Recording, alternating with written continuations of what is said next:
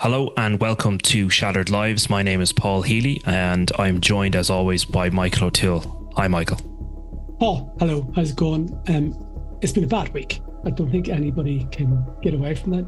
We always try to inject a bit of humour. We do serious jobs, but we try to inject sometimes a bit of levity and humour in this pod, but I don't think there's any room for that this week. It has been a very bad week. Now, you have been across the two major incidents of this week. I've been on holiday, so we have a certain leeway with one incident. We don't really have much leeway with the other, but I think we should talk about both of them. So will we start with Louth first? Yeah, well, look, it's two familial tragedies here, and you know, this week really has been very, very tough to cover these types of stories.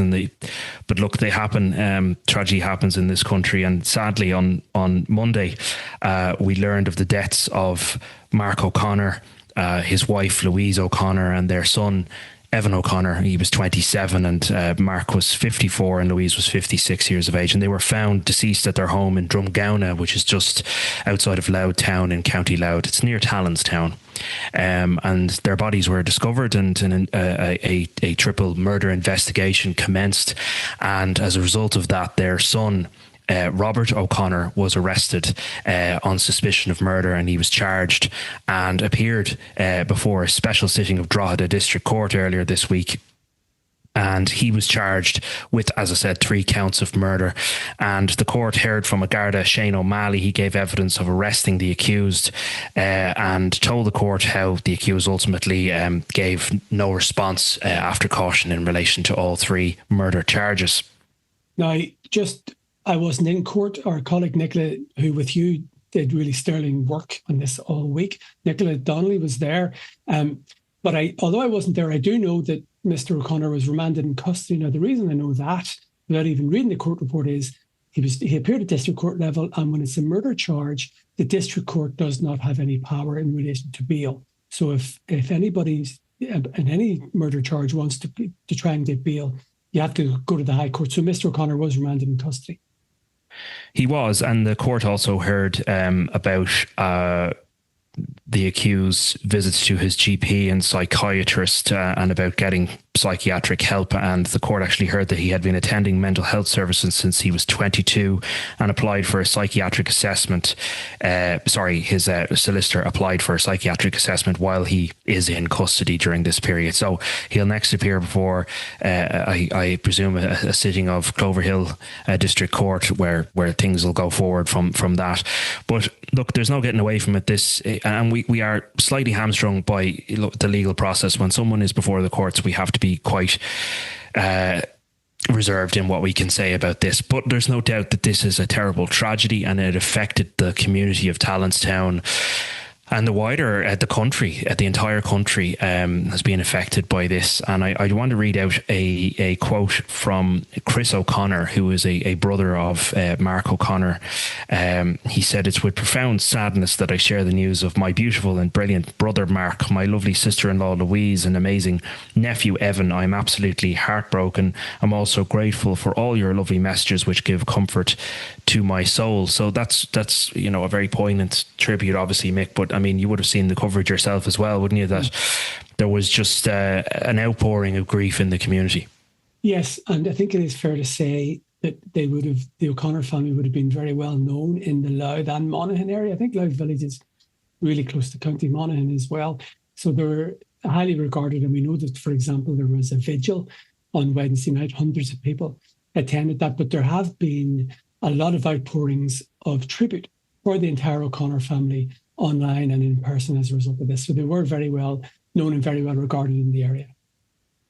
They were. I note that the parents were founding members of the Drogheda Abacus Special School, and their son Evan actually was one of the first pupils.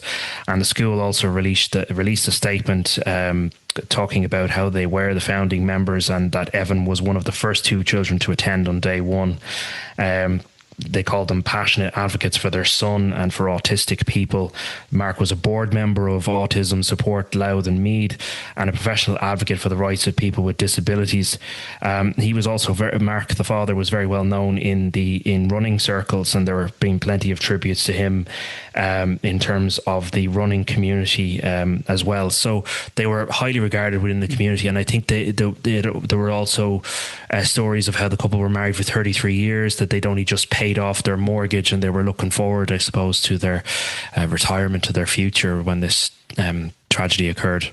Yeah, looking on social media, Mrs. O'Connor posted in the middle of June, there was a picture of herself holding the deeds to her house. They just paid off the mortgage. So that was obviously a very special time for them. So I think the entire community is very shocked by this whole thing. I think that's fair to say. Yeah, it's just horrendous, and that's sadly as much as probably we can say at this point about it, because the matter is before the courts. And look, no doubt there will be continued stories and tributes to this family. Sadly, it's one of two familial tragedies that happened this week, and it happened, less than 20. Sorry. It was over 24 hours after a tragedy in Finglas, which we can talk a little bit more about, I suppose.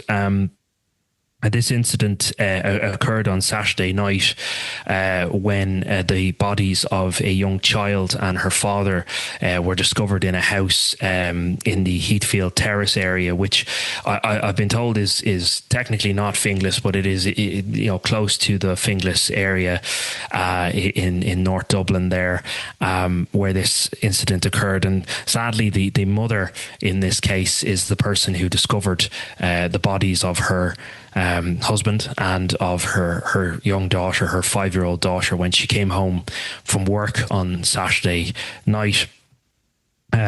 So basically how this incident unfolded is the mother phoned the emergency services 999 and she asked for the fire brigade and for the Gardaí to attend the scene, and there they came upon this. She let them in, and they came upon first the body of Krzysztof Dachowski, who was 50 years of age, and he is the father of the child.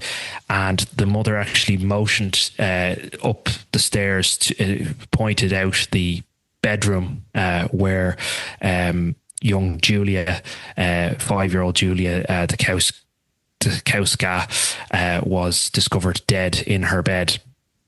And we're told that, look, pretty much immediately, it was obvious that this was a crime scene.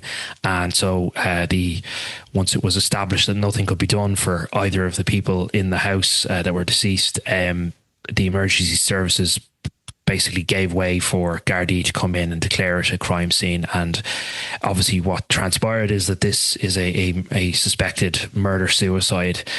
Very, very sad case where Krzysztof Dachowski is suspected of murdering his daughter, and we understand that he is suspected of strangling Julia to death before taking his own life by the staircase of the house. As to the reasons why something like this happens, that's not going to be clear for some time. There'll be an investigation and no doubt an inquest into this background and the circumstances of this, but it's just another. It's very hard to talk about it, Mick, isn't it? It's just another it's a really dreadful, awful case.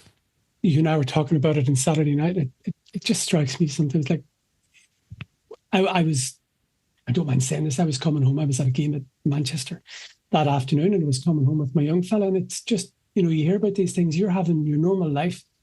Countless people around Ireland were probably getting ready to go to the pub or whatever, or going out for clubbing or going to games like I was. And at the same time, a young child is being murdered, suspected by her own father, then took her life. And it always just sort of gets me that while people are having normal lives, while things are going on, there are horrible and dark things happening at the same time. You know what I mean? So it's very sad. It's that poor woman, that poor mother finding her child and her husband. Yeah, it's so hard to get the head around. I was told that Aga is the mother to Dachowska, and she was working in a local pharmacy doing a shift, and she came home that evening and made the discovery. The father, Christoph, worked in bus airing for well over a decade as a bus driver. The family were extremely well known in Heathfield Terrace, where I spent a bit of time this week and spoke to a lot of neighbours who, all very friendly, but just totally upset. And they were telling me just how, and like another thing, it's one thing, isn't it, Mick, to cover something when you go out and actually get a feel for, when you go to the place where it happened and you just get a feel for the community and the people that are there, like it just hits you again even harder. Like something I just found kind of just very hard to look at, it was that there was a playground basically right opposite the house. So there's a green area right in front of the house, and the playground is there, and it was full of kids whilst the actual house was taped off, and the Gardaí were standing outside, and the kids are playing right opposite it, none the wiser, hopefully none the wiser as to what was going on. And it's just very sad when you realise, and indeed I was told that little girl would have been there among those kids in that playground every day, well, every week, with her father at times, and with her mother and with her grandmother. And now she's no longer with us because of very, very tragic circumstances. You remember when journalists say a pall is hanging over the community? Mm-hmm. I actually think that is right. I think you can feel the atmosphere is different in places like when there's been a murder. There's just something about the atmosphere or the environment. It is heavier. And as a journalist as well, you kind of know when you've overstayed your welcome. Like in the first day, certainly people were out, they were all standing in the street and they were all talking, and they were all just trying to come to terms with it, I guess, and welcomed. They were happy to talk about it and vent about it, but certainly, by the following day it was completely dead. There was nobody out, and people did not want to talk about it, as the depth of it really kind of hit, yeah. From my experience, things do tend to change in the second day. I do think the outs there are welcome. Oh, we do. Yeah, we do. There's no doubt about that. People are very good. People are very decent. But I think, it's up to journalists to go, all right, okay, enough's enough. And I do think we do sometimes the outs there are welcome. Yeah, and I suppose, look, our reasoning for going down there is, you do need to get a sense of who these people were. They certainly the young child deserves to be remembered. Her life was taken from her, and it's a tragedy. And there are people there, who would have known her, and it's up to us to go and speak to those people and get that kind of information, and to be able to kind of reflect her short life as best as we can. And that's why we go there. But you're right, there is a point, I suppose, where you have to kind of leave be and let a community grieve. So just in terms of the progress of this investigation, I suppose it's, we know there was a post-mortem done, and certainly it's established what the Gardaí already suspected, that the father took his own life after taking the child. And that's how this will go, won't it? I mean, they have the resources of a murder investigation, but it's not as though there's any major rush, I suppose, to come to a conclusion on this. They'll take their time with it, and then there'll be an inquest at some point. So it's really, yes, it is. It is the equivalent of a murder inquiry, but really, it's preparing a file for the coroner. Now that will be a very significant file, but that's, there's nobody going to be charged over this. The man is dead. The child is dead, and the man who is suspected killed her is also dead. So it's a file for the coroner, really. Yeah, and I mean, look, it's up to others to talk about the wider subject, the mental health crisis that there is in this country, and certainly I know that neighbours even were somewhere. I don't want to speak for them, but it was surprising how many people were sympathetic maybe to, the situation, and thought, there is a mental health crisis out there, and people can be not within their right mind. Now, there's the other argument, which is, this child murdered his daughter, and there can be no sympathy for that. Look, it's hard to get the head around. I want to talk about a story that you did adjacent to this, which I think is very important, but I will make a point. I was talking to a guard just in conversation, and this whole thing came up, and he basically said 80% of his time is dealt with mental health. It's massive. Mental health is a massive Now there can be lots of, issues around this, but he said 80% of his time is mental health related issues. Yeah, and there's certainly it just seems to be an increasing problem, or I don't know whether it's being identified better. But like you're making me think of just recently was in Clover Hill Prison, and there's a whole section dedicated to prisoners with mental health problems, and I remember being told this is a whole new challenge for them. There is a serious, issue there with people with serious mental health problems. Yeah, and a lot of times it's the Gardaí or the people of last resort to deal with this. That they're the only people who have to deal with serious mental health issues of people. But look, there is what you did do a story this week about adjacent to this, as I said, and that's the fact that Gardaí and the emergency services who were at the house opposite Kappa, it's opposite Kappa Hospital, really, isn't it? It is, yeah. It's on the border of Finglas, but they have been offered counselling. Yeah, so I mean, there would have been members of Dublin Fire Brigade, for example, who attended this, who are trained paramedics, and they would have been one of the first people into the house, and they would have had to see some horrific things. Now, I'm sure they're used to it in their career, but nonetheless, it's a very difficult thing to witness. And so, when they, in general, encounter something as traumatic as this, they are basically they have an opportunity to meet with another trained paramedic for what's called critical incident stress management, where they can debrief effectively and talk about what they have witnessed with another experienced person, but they also are offered professional counselling and time off if needed, as are members of An Garda Síochána who have to deal with this kind of, and I believe they all have been offered support, thankfully. I mean, it's a tough job, and I'm sure they've seen some horrific things in their career, but nonetheless, it's good that there is a system in place, and I don't think it's highlighted enough, the kind of horrors that the emergency services have to witness on a daily basis. Thankfully, there's a support there. I remember years ago, I was over in Interpol interviewing Mick, he was Detective Sergeant. I've spoken about before, and he would have been involved in the fight against child sex abuse material and child sexual exploitation. And, he would have been he would have had actively to view child sex abuse material because you have to investigate it. And I remember Mayor saying to him, Jesus, Mick, like anybody, how the hell do you do that? How can you as a human do that? And he made a very valid point.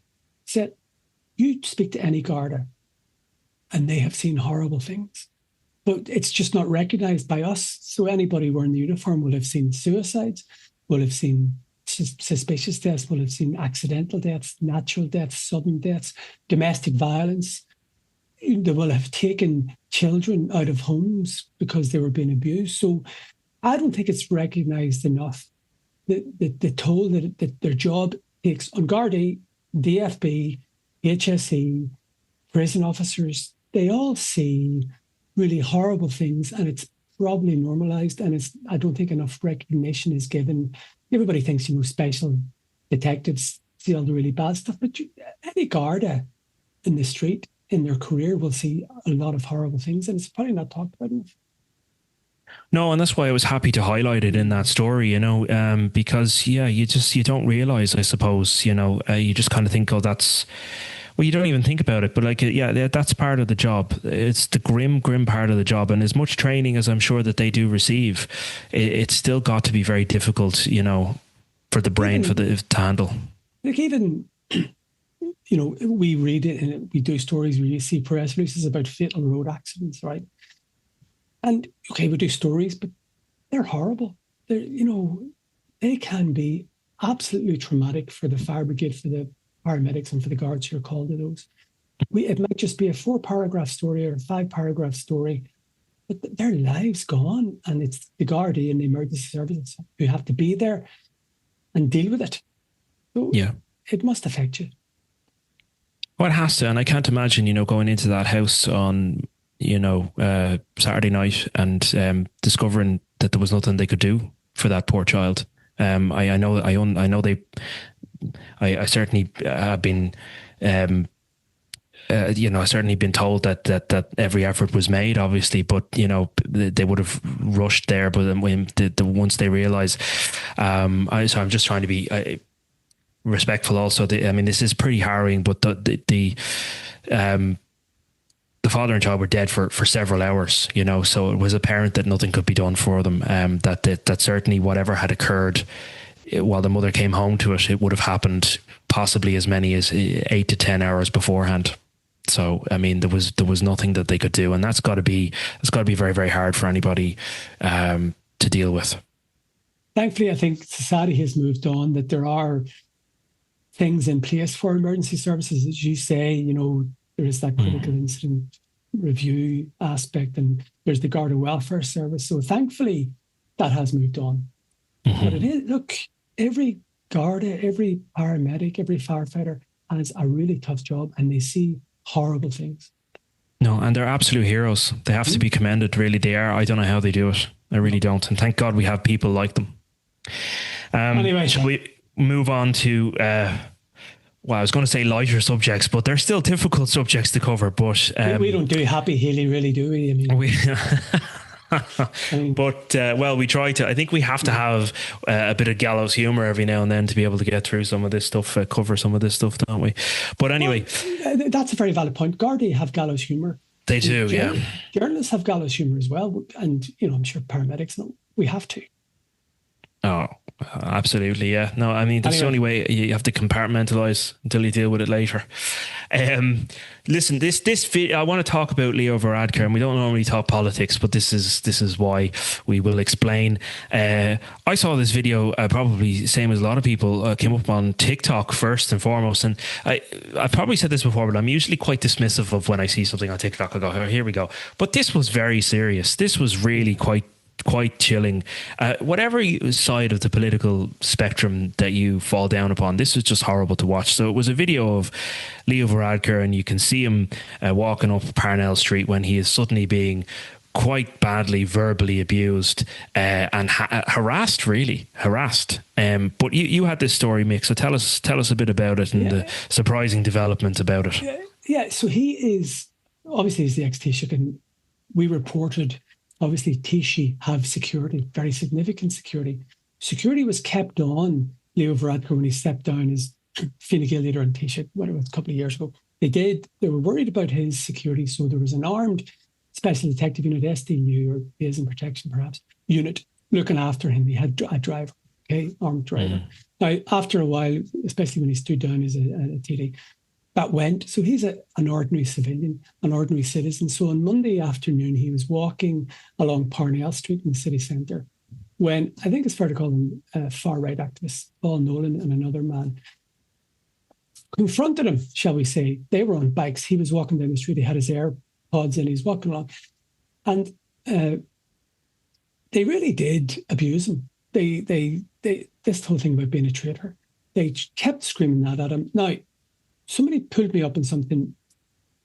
Paul Nolan, who was jailed last week but had got out on bail for the first person to be done for possibly identifying iPass users. It's a criminal offence to identify anybody in the iPass system. So he was done, but he was done at district court level. He appealed and got out on bail. So he's appealing.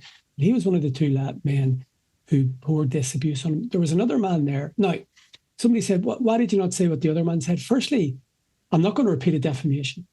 Secondly, I could not, I listened to it several times, and because Nolan was talking over him, I could not fully hear what that man was saying. Other people think that he said things. I can't stand over that. I have to stand over what I write. But yeah, they went after, the video lasted for about a minute and 40 seconds, and the abuse was constant. Now, Mr. Varadkar tried to ignore them, but at one stage he did respond by saying, "Have a good evening, gentlemen." And then he started taking out his own camera phone and videoing them. And when I contacted him about the video, he said he has handed the video over to Gardaí. Now, we don't know if there's a Garda investigation. This may be unpalatable. Was it necessarily an offence? What happened there? Right. Wow. I'm asking because, there is harassment and there is, public order stuff. I was thinking about this last night. does a Garda have to be there for a public order issue? I don't know. I don't have that level of knowledge. Maybe there is an investigation, but I know that he said he has contacted him, but he did say he's not going to be intimidated. And he did say, look, he was born on Parnell Street. He was born at the Rotunda Hospital. Obviously, he said, I'm not going to let that happen to me. So he has contacted Gardaí about it, but it does raise the wider issue. People are entitled to protest. People are entitled to act the bollocks. But are you entitled to walk down the street without being confronted like that for a sustained period of time? We don't know how long it happened afterwards, but the video was for 90 seconds, really. And they were... Sorry, go on. Go ahead. Well, it does raise issues. Like if you think of Paul Murphy from People Before Profit and Leo Varadkar, they would both be polar opposites politically. They have both been confronted or targeted by people. Are we there in society that we want politicians to have to face this crap every day? Is that what we want as a society? Well, I blame social media massively for stuff like this. I really think in the last 5 years, post-COVID, since people are going to come mad at me for saying but since the likes of X, Twitter became X, and Elon Musk just let people run rampant, buy blue ticks, and they get bigger hits. I think a lot of people have fallen down a rabbit hole. You want to say far right?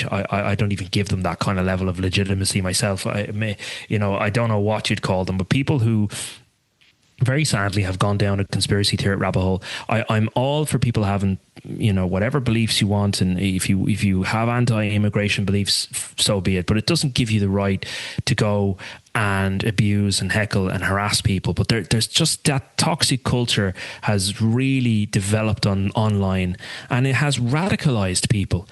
Call it what it is. It's very similar.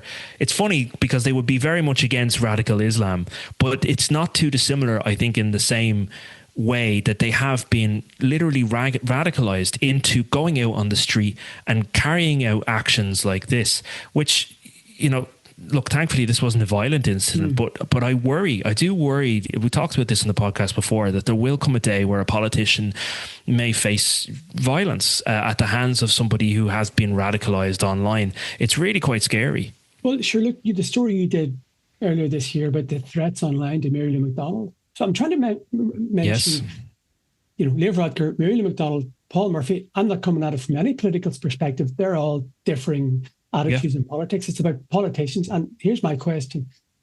Would you be a politician today? Absolutely not. No, it's just the last thing. I don't know how they do it. Yeah. So that's my worry, that people of caliber, of all hues, would need their head examined to go into politics, right? And I worry what effect that will have in a couple of years, because there's a conveyor belt of people who do get into politics and they work their way up. What are we going to be left with if most people who are bright and intelligent and, have lots of things going for them, they go, fuck that, I'm not getting involved in this. So where does that leave us? Yeah, I mean, look at the amount of threats that Simon Harris is now facing. You could say, they're hoax threats or whatever, but it is still for anybody to be getting a phone call to be told, look, this person's threatening your wife and children. I mean, I'm surprised that he has been as outspoken as he is, and fair play to him, And again, I'm not saying I agree with Simon Harris politically or whatever, but just as a human being, like, have we lost our humanity that we can't just, disagree with people without threatening them? But anyway, I don't know. I'm not saying that this has happened in the case of Leo Varadkar, but certainly I think he was harassed. Whether you're right, was it civil? Is there? There's obviously a threshold, right? But look, it's deeply. Well, they were saying to him, you shouldn't be on these streets. Yeah, you should be locked up. Look, it's all very unpleasant. But here's the thing, right? Free speech is really important. I'm not going to be one of those free speech people, right? I'm not going to say that politicians should just accept it. You and I get grief. Should we accept it? And I think people prey on that, on the fact that we're a democracy, that they can go, right, I'm going to go up to this. Like, we have a former Taoiseach walking down the street, a former Prime Minister walking down the street with no guard or protection. Where else would that happen?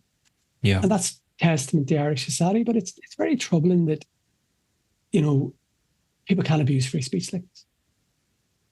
It is, and I think it's only getting worse. And I think, again, social media is to blame. But look, again, those people even who carried out that harassment of Leo Varadkar, they're entitled to their views, and we're not here to attack their views. It's just, I just can't understand why you would do that to anybody in any walk of life. It's wrong.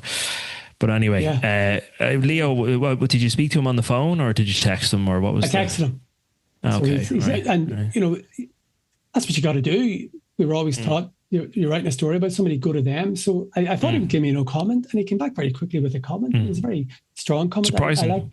But I always. Not that he did. It's not a reflection on you. I'm just surprised that he went on the record a bit. Yes. So I'm a crime car.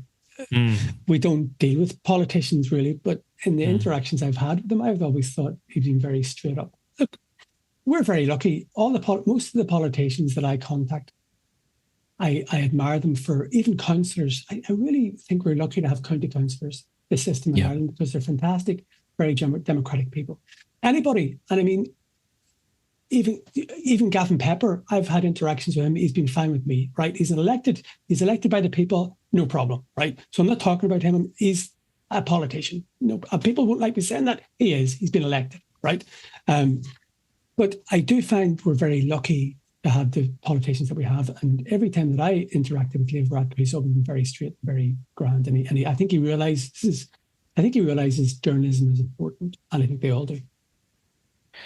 Yeah, and I'm going to get monstered for saying that about Gavin Pepper, aren't I? Well, the only thing I'll say about Gavin Pepper, and I'm not likening him to this other incident, I will say this, but Gavin Pepper is one of these individuals who likes to shove his camera in people's faces and shout and roar at them. I don't know if I agree with that, but you'd wonder and you'd hope that even Gavin Pepper doesn't support the kind of abuse that Leo Varadkar was getting there the other day. Yeah, I know, Christ. All I'm saying is, people are going to monster me either way. All I'm saying is, Are you far right, Mick? No. What did they say? Not far right, just right, whatever. Look, all I'm saying is, I had an interaction with him. He didn't like the bollocks from me. He's elected by the people of Finglas, and I'll respect him. No, and I respect him as a politician in that sense as well. Absolutely.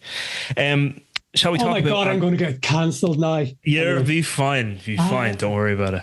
Shall we talk about Abdullah Khan? It's probably a good place to transition to this particular story. So I'm glad we can say a lot more here, because this is one of these things that people on the social media platform I just gave out about liked to hockey reporters about, because we weren't giving all of the details allegedly, but we can say an awful lot more now about Mr. Khan and the offences that he is facing. So he was charged with assaulting a Garda and possessing a knife over this alleged incident on Capel Street, I think July 29th, end of July anyway, and he has been in custody since. But do you remember a month or two ago, we did a story about there was a Garda anti-terror investigation into the attempted arson attack on Conor McGregor's pub in Walkinside, the Black Forge. Now, yes. We said that a man had been arrested. We couldn't say that he was under investigation for other stuff. All we could say is that he was under investigation for other stuff. But we can now say, because it's going to the special, that Abdullah Khan was that man, and he is now being charged with the assault, the attempted arson, criminal damage of the McGregor pub. He's been charged with 5 fresh offences, including that arson, and 2 offences of terrorist activity. Now, the reason we can say this is he is now being sent forward by the Director of Public Prosecutions to the Special Criminal Court. Special Criminal Court, as you know, Mr. Healy, tell us what it is. The Special Criminal Court is a 3-judge court. It's a non-jury court, and so that gives us the freedom to be able to speak what we can, because judges of the Special can theoretically not be influenced by us. So there is no jury. There is no jury, and people may remember, you say the case against Jerry the Monk Hutch was before the Special Criminal Court. A lot of people argue, it's a kangaroo court, but in a way you are judged by experts on the law. So, I mean, they understand it maybe better than you or I or any jury member might. And this is going to be a complicated particular investigation, because obviously Abdullah Khan is charged, with very, very serious offences investigated by terror cops. This incident on Conor McGregor's pub, I don't think we thought that it was going to be investigated by the likes of the Special Detective Unit. But you said that before. Once you heard that, you went, "This is a bigger deal than we thought." It was one of those whole, we get this occasionally in journalism. Holy shit! So once I heard that this man had been arrested, and it was by the SDU, the Special Detective Unit. Oh fuck! There's a terror link to Conor McGregor's place, and it became a big story. But look, no, it is, and it's very. I think it is significant, and I'll tell you why. I don't think the DPP generally likes sending cases to the non-jury special criminal court. Yep. So it's a biggie. And they prefer the normal courts. And there has to be a certificate by the DPP certifying that they believe that it has to go to the non-jury trial. It's not normal. So this is a big one. Would we know the reason why it has been designated for the special? No, it may have been said in court, but you and I weren't in court, and I did. But it may actually be the next time when he appears in the special, it may be said that. But there is usually a certificate given, and they announce it then. So maybe we'll see. Interesting. But it's basically that they believe the normal courts aren't suitable or can't handle cases like this, or for various reasons, And the conspiracy theorists, they like to say that we were not linking that assault incident and the McGregor pub incident now we can tell you that the same individual is charged in relation to both. But we have to act within the law, Why would we not? What would stop us? The only thing that can stop us is the law. You know what I mean? It's we're going to sit there, no, we can't say that. Get to court.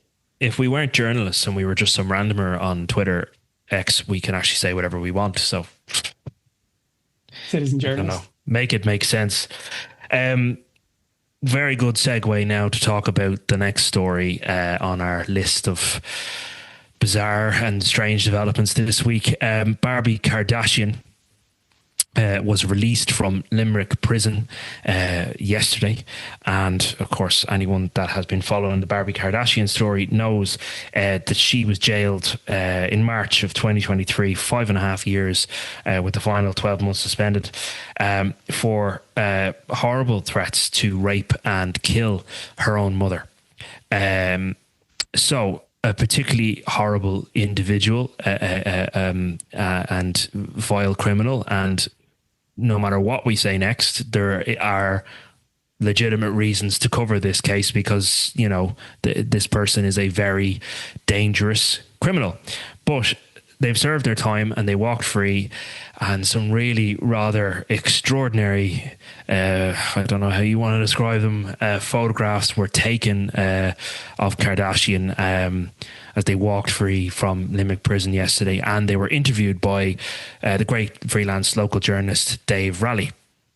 Tell me this, is it relevant? Because I made the mistake of looking at social media. Is it relevant that Barbie Kardashian is a transgender woman? Newsworthy?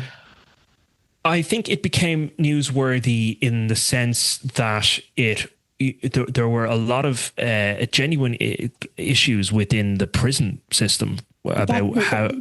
That's my point, Paul. Sorry to interrupt you. Yeah. It's 100% relevant, right? Because I saw some commentary about, this is not targeting the transgender community. This is about this Barbie Kardashian and the context. So that's why the fact that Barbie Kardashian is a transgender woman is relevant to the news coverage. Yeah. We would not be doing our job if we did not mention everything about Barbie Kardashian. Yeah, and I think I'm trying to skate that fine line as well. I'll just say, from my own perspective, people have been given out about the pronouns that we're using. I'll just say, out of my own respect for the trans community and for the use of pronouns, I'm using what are deemed to be the correct pronouns in this case. That is not out of respect for Barbie Kardashian, who's a vile, horrific thug and has a lot of problems. We're not here to talk about trans issues. We're here to talk about crime. No, and this is but my point was, the Barbie Kardashian being a transgender woman is entirely relevant to the story. Yeah, it is. And it, I can cite you reasons why. I mean, there were serious concerns about how to house a prisoner like this within the prison system. And initially, she was housed among the female population, and there were legitimate concerns raised about the danger that she posed to other female prisoners, because she had actually, been known to make threats of rape and murder. And so whether she was male or female, that was going to be a legitimate concern within that prison. So ultimately was transferred into a solitary type conditions, where spent most of her sentence in a 23-hour lockup on the D landing of Limerick Prison, which people may know is a place that houses Jonathan Dowdall. It currently houses Fat Freddie Thompson, and all those prisoners they're not allowed mixed. They're kept isolated on this particular landing, and that's that. So she would have been within the male population, albeit not allowed mix, for the final couple of years of her sentence. So the Irish prison system has been trying to deal with the transgender issue, not just Barbie Kardashian, over the past couple of years, and they're still reviewing their policy in relation to that and how to handle that issue. There was, and there is, at least one other transgender prisoner in Limerick who doesn't give any problems. Yes. So it's about Barbie Kardashian, this story, and it's the whole context of Barbie Kardashian. We can't ignore any aspects of it. No, but anyway, there are now serious concerns moving on from her release. There are very serious concerns over some alarming things that Barbie Kardashian said to journalist Dave Raleigh and to a number of others upon their release from prison. And we understand that they threatened the governor of Limerick Prison, for example, and her own parents. Who she named, I'm not going to name them here, but said she didn't know where they were, but she's not a threat to members of the public other than these people she mentioned, and said that she would murder them given the opportunity. Also said that she was unrepentant for her actions. And those are all disturbing quotes, which may not stand out among maybe some of the more amusing things that they said when they posed for the photograph, saying, get a close up of my tits and all this sort of stuff, which is very funny to read, and you kind of go, I shouldn't take this person seriously. But she literally walked out the gates of the prison and threatened to kill at least 3 people. So that has to be taken really seriously. And I think it is being taken seriously. Yeah, well, my understanding as of right now is that certainly there is an anticipation that she should be arrested, and the guards are working in relation to that. They are investigating these new threats. Aside from that, she could be in custody even as I'm speaking to you. I don't know. But I suspect it might be the case by the time this comes out. Yeah, I'd say so. I'd say so. You can't, because you can't let that stand. I mean, she's literally on tape threatening to murder people. Now, I will just point out that she did previously, she was accused of threatening to kill or cause serious harm to an inmate and a prison officer, actually. But she went on trial for that and was acquitted. So, that's possibly been taken into consideration as well. The only thing is this interaction with Barbie Kardashian happened on the street when she was being filmed. So, it's on tape. So certainly that'll be looked at quite seriously. She has, I mentioned, a 12-month suspended part of her sentence. And certainly if you breach conditions of your release, which I would argue these are certainly a breach of the conditions of your release, the suspended portion of your sentence is reactivated and you're put back into the prison system. But you'd have to be hauled before a court first. Okay. Well, I don't think that's the last we've heard of Barbie Kardashian. It isn't. And I just want to point out, the time that she served was for threatening to kill her own mother, planning to travel to her home, overpower, rape and violently torture her with a screwdriver, knife and boiling water. So, those photographs might tell a story of someone who's in desperate need of attention and might even be funny to people. But she's a very serious criminal. And, so that has to be pointed out. And that's ultimately why she's newsworthy, in my opinion. Yes, 100%. And you're not saying anymore now. Leave it there, okay? How am I going to be cancelled by everybody? Yeah, that's probably. Anyway. Look, we're just reporting the facts on that, and it is a horrible story. People don't like facts that don't fit their narrative or agenda. Yeah. Yeah, and as I say, to me, I'm not here to debate the transgender issue. We're not here to do that. This is a serious criminal who has to be taken seriously. There was evidence from a number of people who treated her over the years who said that while she has these violent fantasies, they had legitimate fears that she had the ability and the thought process to actually carry out her violent fantasies. So, again, it's not just that this person is a fantasist; they have to be taken very seriously. All right. Well, we leave it there. Well, I want to mention finally. Yes. Sorry. Yes. It's usually you that does this. I have one more thing I want to mention, which is a story that I ran today in relation to another investigation relating to a prison. A very serious sex offender by the name of James Gilleran is under investigation now for allegedly attempting to grope a prison officer while in the Mater Hospital last Thursday. So James Gilleran is currently serving a 2-year sentence for the indecent assault of 3 young boys. He was a scout leader. And he used his power as a scout leader to indecently assault these 3 boys when they're now adults, when they were children back in the 1980s. He was jailed earlier this year, and since then he has been quite unwell. I'm told that he was admitted to the Mater Hospital, where he's under what's called an escort. So there are 2 prison officers who are guarding him at all times in the hospital, and I'm told that this alleged interaction happened where Gilleran is accused of attempting to sexually assault this particular prison officer.